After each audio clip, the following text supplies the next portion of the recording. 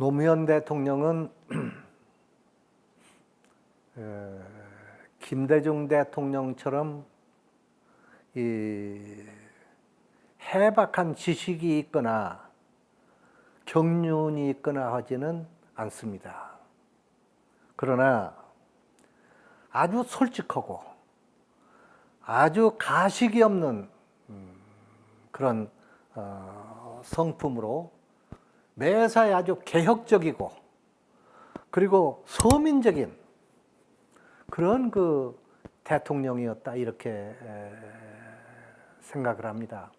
한 가지 사례를 제가 말씀을 드리겠습니다. 제가 청와대 수석을 하면서 그 뒤에 또 장관을 하면서 청와대 여러 번 거기 가서 회의에도 수없이 많이 참석을 했지만 사저에서 하는 회의에는 가본 일이 없습니다. 모두 공적인 공간에서 하는 회의였는데 노무현 대통령은 중요한 회의는 사저에서 했어요. 그 자기 살림집이죠. 거기 이제 가서 저녁에 가는데 거기 여러 번 갔죠. 가면 거기 그 회의에는 아주 정부에서는 재경부 장관 그리고 국회 쪽에서 정책위 의장, 하는 총재, 그리고 필요할 때는 금융위원장, 금감원장 이런 사람들이 모두 참석을 하는데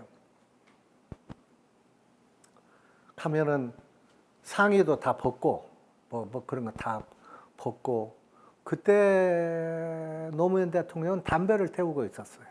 담배 태우면서 이제 회의를 하곤 하는데 그 가운데 예를 들면 한 번은 이 카드 사채 문제로 카드 회사채입니다. 카드 회사채 문제로 회의가 소집이 됐어요. 근데 그건 무슨 이야기냐면 경기가 아주 안 좋았습니다. 그러니까 정부에서 소비 진작을 위해서 카드 사용을 권장했습니다. 그리고 금융기관은 카드 발급을 하도록 권장했어요. 그래서 은행들이 시장 바닥에 나와서 펴놓고 카드를 모집하고 그런 일까지 있었어요. 그런데 카드 회사들이 카드 거래에서 쓰는 데서 오는 수수료가 문제가 아니고 카드 사채놀이가 아주 수익이 많았어요. 그때 카드에서 돈을 빌리면 20%였습니다. 금리가. 그러니까 고금리 장사지요. 그러니까 여기에 재미 붙였단 말입니다. 카드 회사들이. 그래서 이제 그 카드 대출을 해주는데 카드 대출을 하다 보니까 돈이 딸리는 거예요. 돈을 더 써야겠는데 그 돈을 구하기 위해서 카드 회사채를 발행했습니다. 근데 카드 회사채는 카드 대출을 담보로 해서 회사채를 발행한 거예요. 카드 대출한 걸 자산으로 해가지고 그걸 담보로 해서 카드 회사채를 발행하고 그 회사채는 누가 사가느냐면 은행이라든가 보험회사나 증권회사가 사간 거예요. 근데 이제 경기가 워낙 나빠서 불경기가 심해지고 카드빚은 늘어나고 하다 보니까 카드빚을 못 갚게 된 거예요. 그러니까 카드빚이 부도가 나게 된 겁니다. 그러면 돈놀이를 한 것을 회수를 못 하게 되니까 자연히 카드 회사채가 이게 부도나게 된 거죠. 그러니까 카드 회사채를 가지고 있는 은행이나 증권회사나 이런 게 모두 다 부실화되면은 은행이 위험하고 증권회사가 위험하고 이렇게 돼서 소집된 겁니다. 그러니까 그 자리에서 하는 총재인 나도 그렇지만 정부 쪽에서 온 사람들도 모두 다 어떻게 하면 카드 회사채가 부실화함에 따르는 은행이나 증권회사나 보험회사의 부실화를 막을 것인가, 여기에 초점을 맞추고 모두 토론을 그래서 어떻게 하면 금융을 안정시킬 것인가 이런 이야기를 걱정을 했는데 노무현 대통령이 한참 듣고 있다가 잠깐 기다리라고 하더니 아니 그 카드 회사채가 부도가 남으로 인해서 금융기관이 부실화하는 것도 문제지만 그보다 더 큰 문제는 카드 빚을 내고도 못 갚는 그 사람들은 어떻게 할 거냐. 그 문제가 더 심각하지 않느냐. 그런 이야기예요. 이 이야기를 듣고 보니까 맞는단 말입니다. 그래서 그 자리에서 물론 은행이나 이런 데 대한 대책도 마련이 됐지만은 이 카드채 빚을 지고 못 갚는 그 사람들을 위한 대책들 이것이 나왔어요. 그 대책이 그때 금리를 내리도록 하는 이러고 그리고 신용 불량자들을 위해서 신용회복위원회라는 걸 만들기로 했습니다. 여러분들이 아마 기억이 날 거예요. 그것이 거기서 나온 겁니다. 그래서 신용회복위원회를 만들자. 그래서 신용불량자들도 구제하자. 그렇게 이야기가 됐어요. 그런데 노무현 대통령이 그와 같이 서민들을 아끼고 걱정하던 대통령인데 노무현 대통령 재임 중에 득을 본 것은 부자들이고 손해를 본 것은 가난한 계층이다. 이게 일종의 역설입니다. 노무현 대통령은 서민을 아낀다고 했는데 결과적으로는 서민들은 더 어렵게 되고 부자들만 더 득을 봤다. 왜 그러느냐? 집값 때문입니다. 집값이 폭등했습니다. 이걸 진정을 못 시켰어요. 그래서 결국은 집값 때문에 노무현의 역설이라는 게 나와 있습니다. 노무현이 배는 서쪽으로 졌는데 결과적으로는 동쪽으로 가서 부유층만 잘 살게 했다. 그런 이야기가 나오고 있습니다. 노무현 대통령과 김대중 대통령 그게 차이가 있죠. 김대중 대통령이 훨씬 더 실용적으로 사색하는 입장이고 폭이 넓습니다. 이 보는 시각이 훨씬 더 넓고 이런 반면에 노무현 대통령은 서민층에게 더 직접적으로 좁혀서 앵글이 맞춰지는 그런 시각이다. 다시 말하면 서민을 위해서 직접적으로 관심을 더 갖는 것은 노무현 대통령이고 그렇다고 이렇게 볼 수 있고 그런 점에서 김대중 대통령이 보다 더 깊은 지식과 경륜이 있다 이렇게 보는 거죠.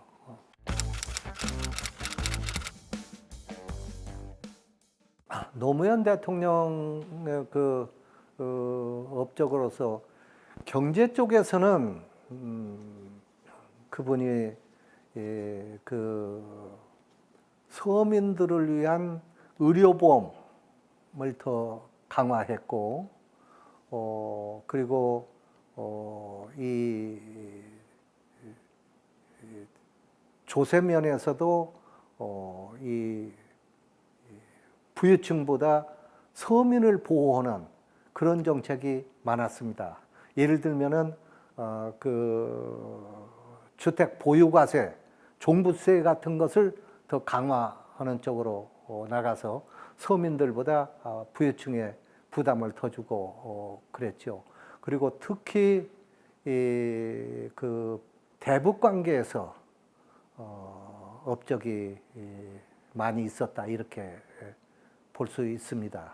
그런데 역시 집값 문제를 잡지 못해서 결과적으로는 실패한 대통령처럼 이렇게 국민의 지지를 잃어서 그 다음 해 선거에서 이명박 후보한테 정동영 후보가 참패하는 그런 결과를 낳았지요.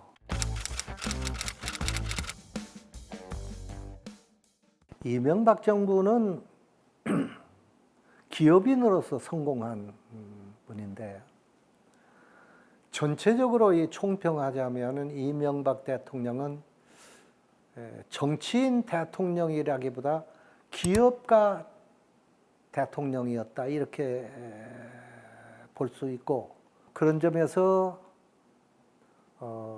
공인의식이 좀 부족했다, 나 이렇게 봅니다. 그래서 그분이 대통령에 대해서 기업가적인 측면에서는 가령 그분이 현대건설의 중동 사업이라든가 여러 가지 현대건설을 키우는데 공이 이제 많은 분인데, 시장이 되었을 때도 왜 청계천 사업으로 유명하지 않습니까? 그 성공해서 그랬는데, 대통령이 되어서도 4대강 사업이라든가 은평 뉴타운과 같은 재개발 사업, 이런 걸 적극적으로 추진해서 소위 건설업자적인 그런 능력을 많이 발휘했지요. 2008년에 금융위기도 비교적 잘 넘겨서 후유증 없이 잘 넘겼고, 또 한 가지 그분의 업적이 평창 올림픽, 동계 올림픽을 유치하는데 그분이 해낸 겁니다. 이런 거면 성공했다고 보겠는데, 그분이 아주 잘못한 거라면 첫째로 대북 정책의 실패입니다. 대북 정책에서 금강산 관광을 중단시켰습니다. 물론 그 관광을 중단시킨 거는 그 관광지에서 그 금지 구역에 들어간 우리나라 관광객을 북한이 죽이지 않았습니까? 근데 사실은 그런 것이 그전 같으면 그쪽에서 워닝을 하고 돌아가도록 했는데, 그런 거는 노무현 정부로부터 넘어오면서 대북 강경 정책으로 선회해가지고 이제 그렇게 된 거거든요. 그래서 그걸 계기로 해서 금강산 관광도 중단시켰고, 524 조치라는 걸 했습니다. 524 조치는 남북 교류를 일체 금지하는 거예요. 사람도 못 가고 돈도 못 가고 일체 교류를 안 하겠다 선언한 것이 524 조치입니다. 이거를 이명박 대통령이 이 조치를 했어요. 그래서 이명박 대통령은 남북 관계를 동결시킨 그 책임이 있다, 이렇게 볼 수 있습니다. 그리고 이제 또 하나가 그분의 윤리성인데요. 기업인이어서, 말하자면 장사꾼이어서 윤리적 문제나 이런 그 공인의식은 그분이 좀 희박하다. 이런 거는 그분이 나스라고는 그 주식회사, 이거 차명, 자기 건데 이걸 자기 형 거라고 하고 이렇게 한다든가, 또는 그 도곡동 땅도 마찬가지 그런 문제고, 다음에 BBK 주가 조작 문제, 이런 문제도 전부 그게 말하자면 명쾌하게 이걸 하지 않고, 되게 장사하는 분들은 그런 거 별로 생각 안 하거든요. 이제 그렇게 해서 이제 법에 이제 이게 걸려가지고 비리 뇌물 횡령으로 해서 17년 그 징역형을 언도받지 않았어요. 그래서 이제 고생을 하셨는데, 요런 점이 좀 그분이 좀 잘못된 점이었다, 이렇게 봅니다. 2012년 12월에 18대 대통령 선거에서 새누리당의 박근혜 후보가 민주통합당의 문재인 후보를 이기고 대통령이 되어서 이 4년을 채우지 못하고 이제 그 탄핵을 받아서 3년 만에 그만두었는데, 2013년부터 17년까지 4년을 했구나 하기는 4년을 거의 채웠는데 이분 재임 중에는 끊임없이 큰 사건이 벌어졌습니다.